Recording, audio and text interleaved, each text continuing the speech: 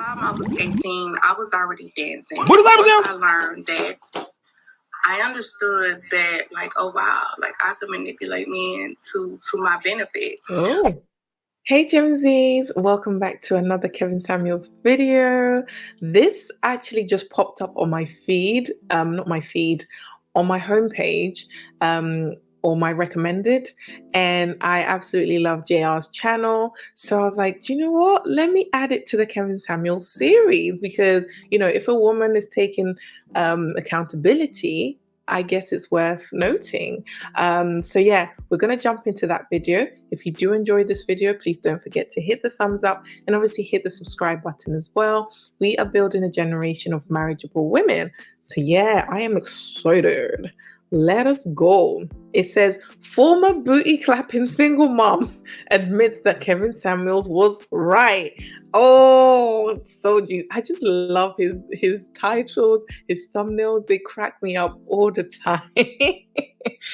So yeah, let's just jump right into it. This is not a pity page, y'all, but accountability hurts, and I know that's the first step. By the time I was 18, I was already dancing. What is that? I learned that I understood that, like, oh wow, like I could manipulate men to my benefit. Oh. And I've dated good men, but I was overtly mean to them because I was addicted to chaos. I was addicted to trauma. I was addicted to pain. And the truth about it is, y'all, I'm hurting y'all because I want to be loved. I want marriage. Oh. A lot of us get on here, we act tough, and we be like, I don't want a man, I don't need a man, but I want help. I want to be loved. I want somebody to love me. I want somebody I can be vulnerable with. Okay.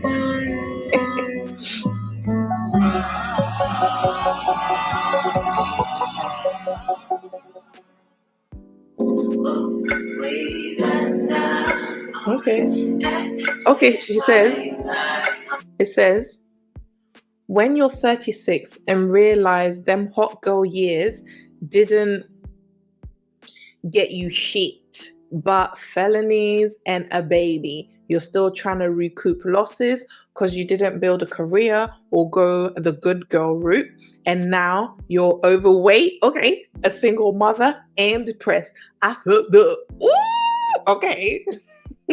TikTok has everything there, honestly. I think I need to do reactions on TikTok as well and then probably repurpose them for YouTube shorts because it's just there's a plethora of women, like content creators or just content on TikTok because nothing is a mystery these days. Nothing is dealt with privately. Everything and anything is shared online, and I think it's a good thing because boy, I lived under a rock at one point in time. Had it not been Kevin Samuels' channel, seeing the mindset of the community, I was like, really? Is this what exists out there? But yeah, let's keep going. Oh, this is gonna be interesting. I'm very excited. I'm talking. You're stupid. Okay, so this one says, so you respect her for being an overweight single mother and admitting it. Okay. Really, really stupid. You're stupid. Uh-oh. First off, let me just say thank y'all. It was a lot of support from the men, and I'm not a pick-me, but fellas, I do have to agree with Kevin Samuels because it hit me yesterday. This is the other thing. I find that because a lot of men these days have been deprived, have been starved of women taking accountability, you still need to be very careful, man, because I'm not saying that she's not taking accountability. I'm not even talking about her. Just generally speaking, accountability, they can say it in them, like they can say it verbally that I'm taking accountability now, this, that, and the other. But it may be due to, where they're at right now and having a, epiphany stage. really get into the authentic part, that will come in their actions, how they treat you, their thinking pattern, how they process things. Accountability is not just one thing and then that's it. It's not something that you just do one day. It's an everyday thing. It's a lifestyle. You're now becoming your authentic self. So every day you will have to take accountability, because depending on how old you are and how much mess you've made, you're constantly having to, take accountability and responsibility. So yeah, let's see how it's going to translate in this video. What he was talking about. And even though, y'all, I didn't like how Kevin was talking to women, and at first I was like, what you mean what I bring to the table? I am the table. No, you're not. No, you're not. And that's okay. That's okay. Because I have to be honest with myself, y'all. And accountability, and it hurts. It hurts being honest with yourself, y'all. I'm not going to lie to you. This is not a pity page, y'all, but accountability hurts. And I know that's the first step. And I realized last night, y'all, I just had a moment, and I'm not one of those people that be crying for the camera and stuff, y'all, but I just had a moment. I was like, bitch, you fucked up. Oh, that's a really good question. So this one says, I applaud you on your honesty. I have a question for you. Based on your life experience, would you choose the good guy? Oh. Let me tell you why I didn't choose a good guy. Based on my life experiences, I don't know what my life would have been if I would have made different choices. So that's kind of hard to answer. But by the time I was 18, I was already dancing. And once I learned that, I understood that, like, oh, wow, like, I could manipulate men to my benefit. Okay. On top of that, it's kind of like what a good man want me. You know what I'm saying? And I've dated good men, but I was overtly mean to them because I just knew, like, I'm going to end up hurting you. And so, this is when we self-sabotage, because the dysfunction has been normalized in our lives. We see good, and because it's so foreign to us, we see the stability and the safeness, but it's like we're addicted to chaos because that's all we know. That's why I'm saying, like, get some therapy, people. Get some therapy, understand your wounds, understand your triggers, understand your conditioning, so that when a good man does come along, you don't see that as a threat, when in actual fact that was your safe haven, Yeah, we chase all these things and then we say we want otherwise. It's a very sabotaging place to be. We then become, a self-fulfilling prophecy. And it was easier for me to choose guys that were toxic, that were abusive, emotionally, mentally, sexually. I wonder where the dad was. I was addicted to chaos. I was addicted to trauma. I was addicted to pain. And that's what I looked for. Fellas, she's saying it all. She's laying it all out there. She's basically telling the truth about women. A lot of these modern women. I didn't want a good guy. I treat the good guy like I like chaos. I like the toxicity of men. I like dealing with these type of guys. So when they say all of this, as much as it sounds like it's accountability, until they have actually verbalized the action plan they're putting in place so that chaos is no longer an appetite for them, then they're still exactly where they are. They just want different.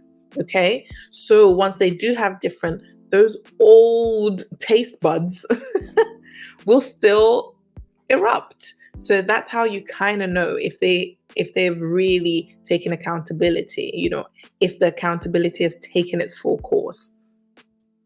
Guys, I like the guy that I have to worry about and gives me an emotional roller coaster. I'm a dancer. I don't want the good guy. You know what I'm saying? I hurt him on purpose. I was a former booty clapper, and look where I am at now. Let's get back to it. Or in men, because that's what resonated with me. And so, sometimes the good guys, like the girls that y'all be thinking that y'all want, like y'all want us physically, but mentally and emotionally, that ain't what you want. And the truth about it is, y'all, I'm hurting y'all because I want to be loved. I want marriage. You know, a lot of us get on here, we act tough, and we be like, I don't want a man, I don't need a man, but I want help. I want to be loved. I want somebody to love me. I want somebody I can be vulnerable with. The problem is, and I'm not crying, y'all, because I'm saying I'm crying, y'all, because it's like a release Epiphany, right yeah. now. But the problem for me, y'all, is that all the relationships that I had with men were not about love. It was about survival for me. Okay. I know how to fuck. I know how to cook. I know how to clean. I know how to seduce a man. I do not know how to love a man. Right. Okay. Wow. Wow. She's going all gun ho. But again, what is the action plan? What is that?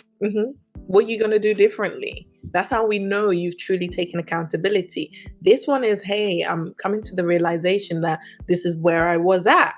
That's fine. That's really good. That's the start. But it's like, how do I get myself out of that predicament? This is where you start to ask yourself, is this just talking about it in order to, get a group of women to rally up and then validate your experiences, blah, blah, blah, and call that therapy? Or are we going to really sit with the discomfort in a professional office for them to hold that mirror back at us and say, yeah, you were full of crap, but these are the reasons why you did it? Yeah. To have a son, because of those choices that I was making, y'all, and I got pregnant really, really fast. I got pregnant within 90 days of knowing my baby daddy. Okay.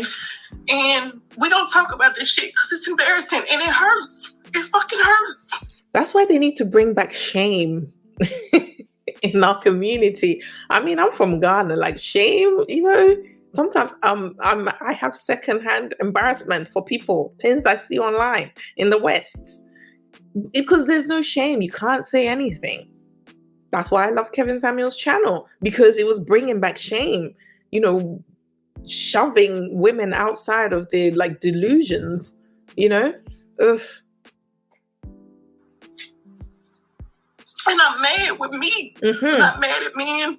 I'm not mad at Yourself, my life. I'm mad at me because I don't know how to fix me. I don't know how to fix it. That's accountability.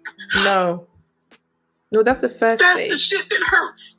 It's realizing that, hey, I got some shit with me that I don't know how to fucking fix. Right. And in turn, because I don't know how to fix that shit. That's taking responsibility. You take accountability by taking account of all those things that you've just taken responsibility over and saying, hey, actually, how do I fix this? I can't fix it myself because it's a dark place. But how about I go to a professional, not church or anything that you can, but not without going to a professional, especially if you're dealing with traumatic stuff. I'm fucking up other people around me. That's accountability. That's the shit that we don't put on social media. Let me say this, y'all. When I said I'm not the table, do not be confused, okay? Not meaning, y'all, that I can't get a man, that a man wouldn't want me or something like that, y'all. When I said I'm not the table, I realized, y'all, that's why I was crying yesterday, because it's what could I offer a man?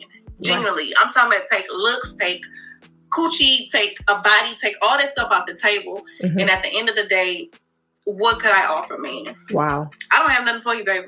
I really don't. Okay. I got trauma. Wow. I'm gonna stop you right there, baby. What's her name? Cake Face Jai, whatever.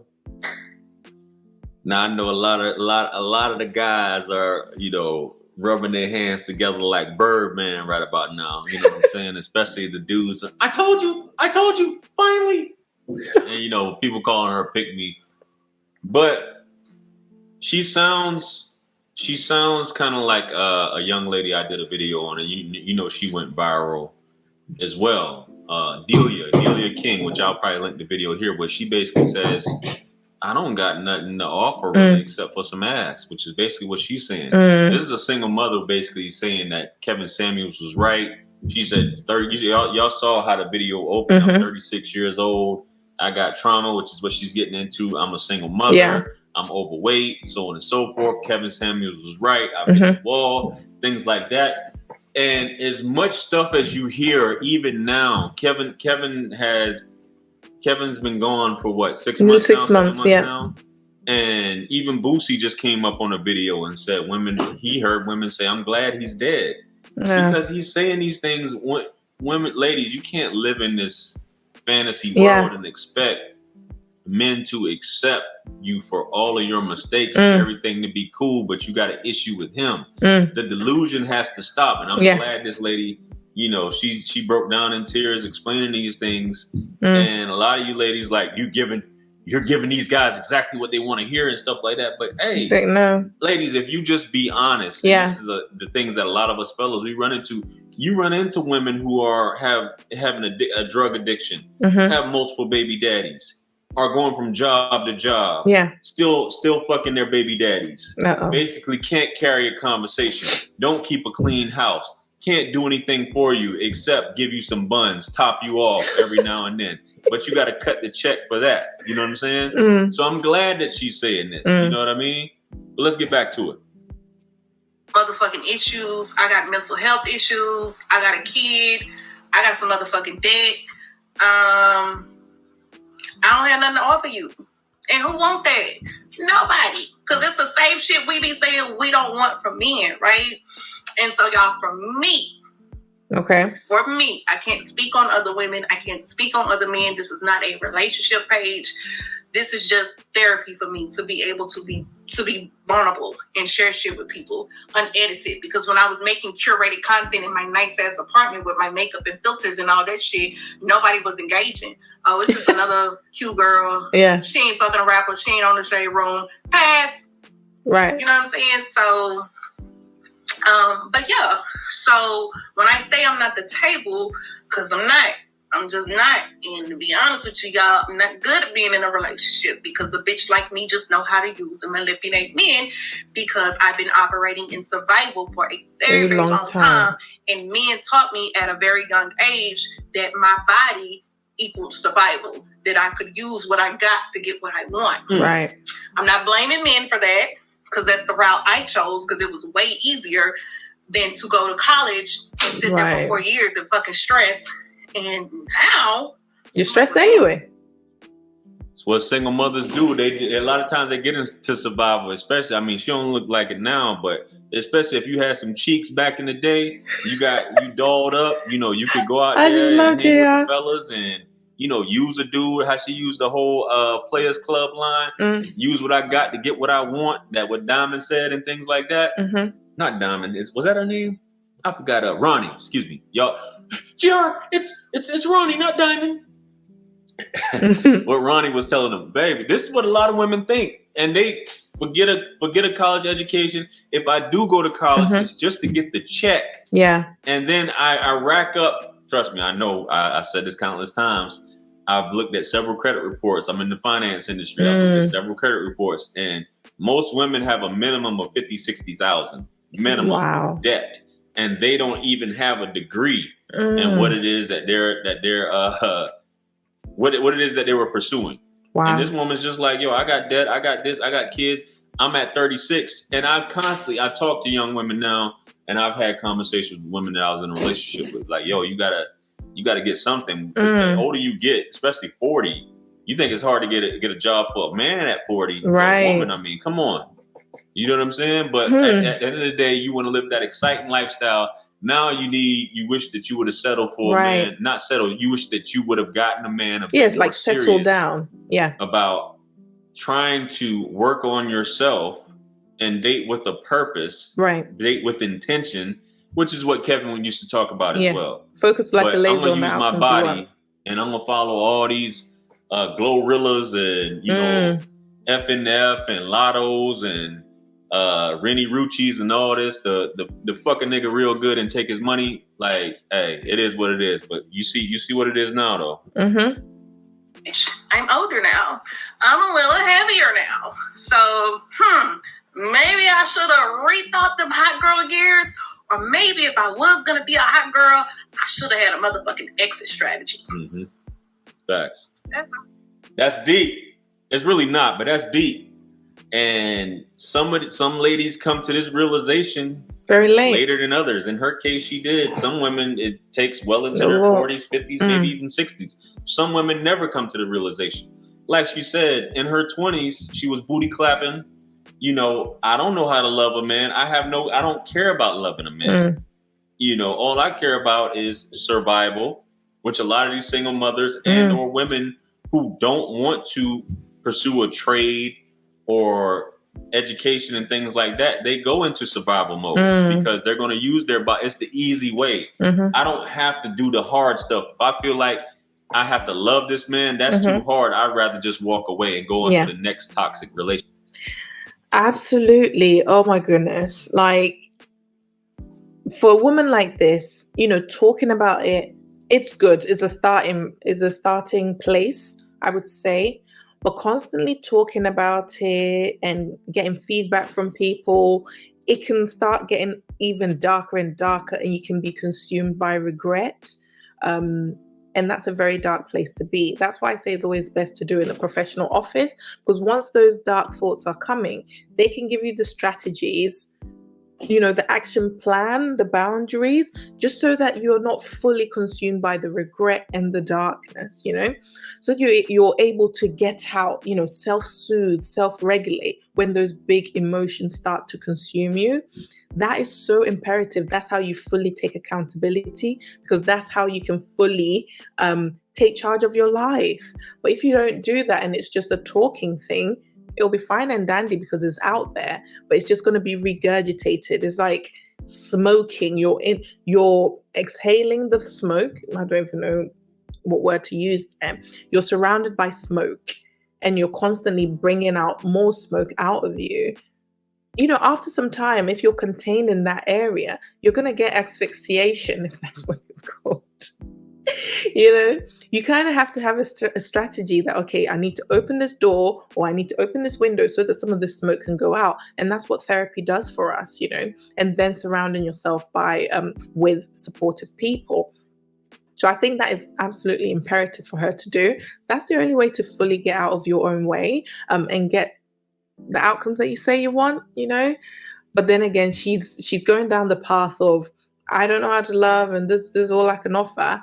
But I'm hoping that once she gets some help, she can then be able to say, I didn't have anything to offer, but now I'm working towards this, you know. But yeah, I'm going to end it here. This was really lovely. I thoroughly enjoyed it. We couldn't finish it because, you know, I've run out of time.